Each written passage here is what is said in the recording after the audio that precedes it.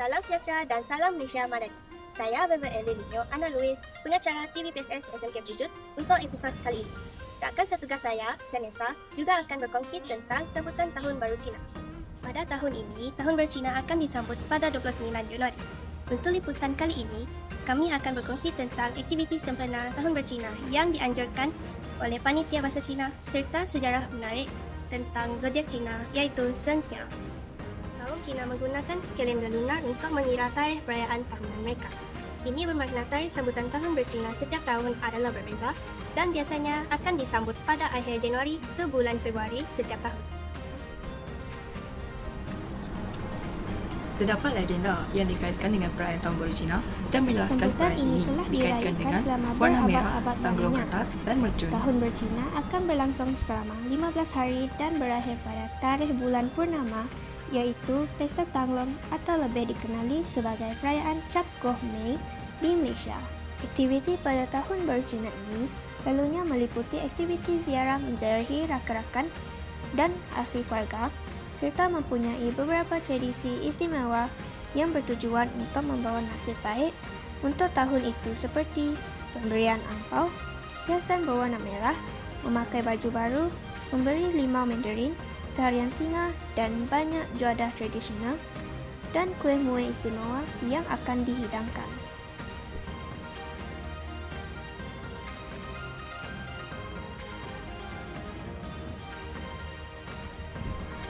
Di Malaysia, ucapan kongsi pacai yang bermaksud semoga tahun ini akan membawa kebaikan akan sering didengari sepanjang musim perayaan Tahun Baru Cina.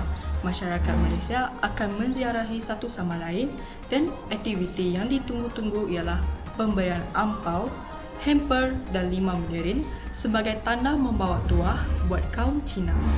Mengikut legenda mitos yang sangat popular, dikatakan pernah wujud seekor raksasa di tanah besar China yang dinamakan sebagai Nian.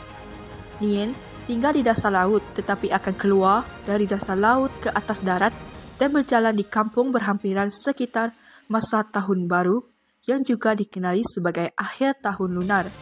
Nian adalah makhluk yang menakutkan dan akan memusnahkan semua harta benda, memakan ternakan, malah mencederakan anak-anak penduduk kampung dengan ceritanya.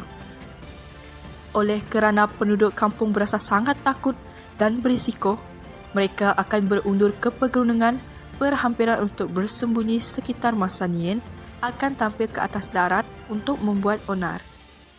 Pada suatu hari, ketika penduduk kampung sedang bersiap-siap untuk bertolak ke kawasan pegunungan persembunyian mereka, seorang lelaki tua masuk ke dalam kampung dan dinasihatkan untuk turut serta bersembunyi. Apa yang menarik ialah orang tua itu berkeras untuk terus tinggal dan akan berusaha untuk menakutkan Nian. Tiba masanya untuk Nian mendarat dan terdapat sebuah rumah yang dihiasi dengan kertas merah dan lilin. Lalu menimbulkan kemarahan Nian menyebabkan dia menyerbu ke arah rumah itu, tetapi orang tua tersebut telah memasang mercun dan Nian pun lari ketakutan oleh bunyi dentuman yang sangat kuat. Penduduk kampung pulang dan terkejut melihat kampung mereka tidak mengalami sebarang kerosakan dan orang tua itu terselamat. Setiap tahun selepas ini, penduduk kampung akan menggunakan kaedah yang sama seperti lilin dan mercun untuk menghalang Nian melakukan kerosakan. Ini adalah kisah Tahun Baru Cina. Kita dapat lihat mercun dan warna merah yang masih digunakan pada hari ini untuk menyambut kehadiran Tahun Baru yang diselamatkan daripada Nian.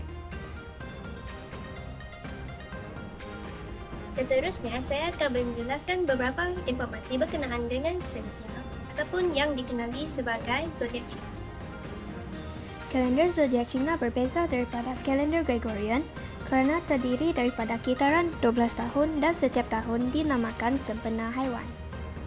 Sama seperti tanda zodiak, kaum Cina mempercayai personaliti sesiapa yang dilahirkan adalah sepadan dengan tahun haiwan.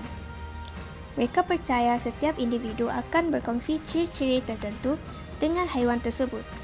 Sebagai contoh, mereka yang dilahirkan pada tahun tikus dianggap kreatif dan bijak. Setiap kitaran tahun zodiak Cina yang dinamakan sempena 12 haiwan iaitu tikus, lembu, harimau, arnab, naga, ular, kuda, biri-biri, monyet, ayam jantan, anjing, dan kinzil. Pada tahun 2025 merupakan tahun ular. Zodiak ular dipercayai mempunyai sifat bijak, bersimpati, dan intuitif.